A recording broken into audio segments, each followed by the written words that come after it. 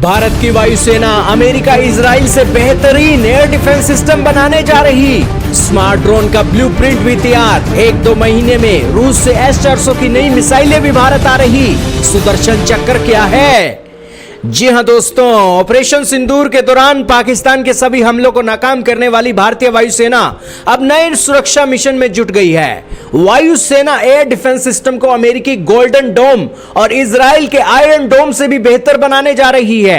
Indian air force के पास अभी दोनों डोम जैसा ही एयर डिफेंस सिस्टम है, लेकिन वह चीन और पाकिस्तान से होने वाले हवाई हमलों को नाकाम करने के मकसद से तैयार किया गया है।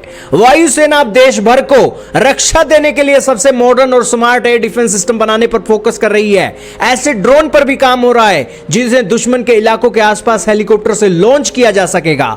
एयरफोर्स के डिजाइन ब्यूरो ने कैसे कई एरियल सिस्टम्स का ब्लूप्रिंट भी तैयार कर लिया है और ऑपरेशन सिंदूर के अंदर मिली हुई कामयाबी के बाद उनका एक्सपीरियंस इतना बेहतरीन हो गया है और हौसले इतने बुलंद हो गए हैं कि वो इस मिशन के अंदर बखूबी तरीके से बेहतरीन एक क्वालिटी वर्क करने के लिए तैयार हैं। ऑपरेशन सिंदूर में दुश्मन के हवाई हमलों को नाकाम करने में खर्च हुई S-400 एयर डिफेंस सिस्टम की मिसाइलों की भरपाई भारत रूस से जल्द ही पूरी करने वाला है। इसके अलावा एक और S-400 1-2 माह में रूस से भारत को मिल जाएगा। इसकी एक अन्य स्क्वाड्रन की सप्लाई 2026 में भारत में होगी। एक स्क्वाड्रन में दोस्तों 256 मिसाइलें होती हैं।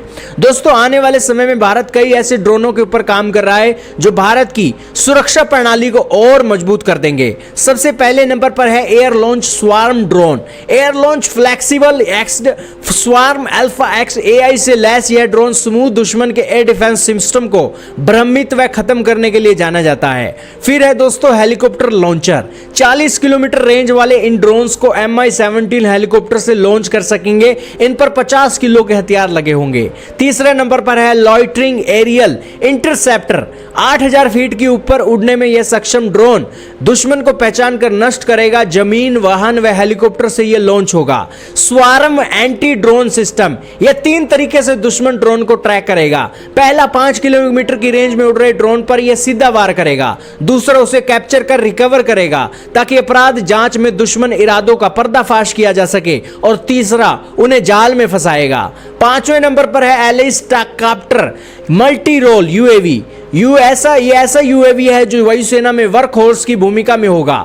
25 किलोमीटर तक सामान लाने ले जाने, ग्रेनेड गिराने, रडार सिस्टम को मापने में काम आएगा। इस पर 5 से 20 किलोग्राम के पेलोड भी अपलोड हो सकते हैं। 6वें नंबर पर है टेथर्ड ड्रोन सिस्टम। यह केबल सिस्टम के जरिए सैन्य प्रतिष्ठानों की 24 घंटे निगरानी रखेंगे। इनका सीधा संपर्क वायुसेना की निगरानी अथॉरिटी से होगा। 7वें नंबर पर है ड्रोन एमुलेटर।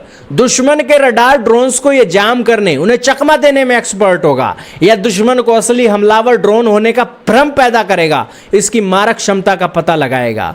8वें नंबर पर है एंटी रडार डिकाय स्वार्म। यह डिकाय इलेक्ट्रॉनिक वारफेयर से लैस होगा और दुश्मन के एयर डिफेंस सिस्टम को कंफ्यूज करने के काम आएगा। 9वें नंबर पर है हाई स्पीड ड्रोन्स। इसकी रेंज 500 किलोमीटर या उससे अधिक होगी और दुश्मन का खात्मा करने के लिए जाना जाएगा।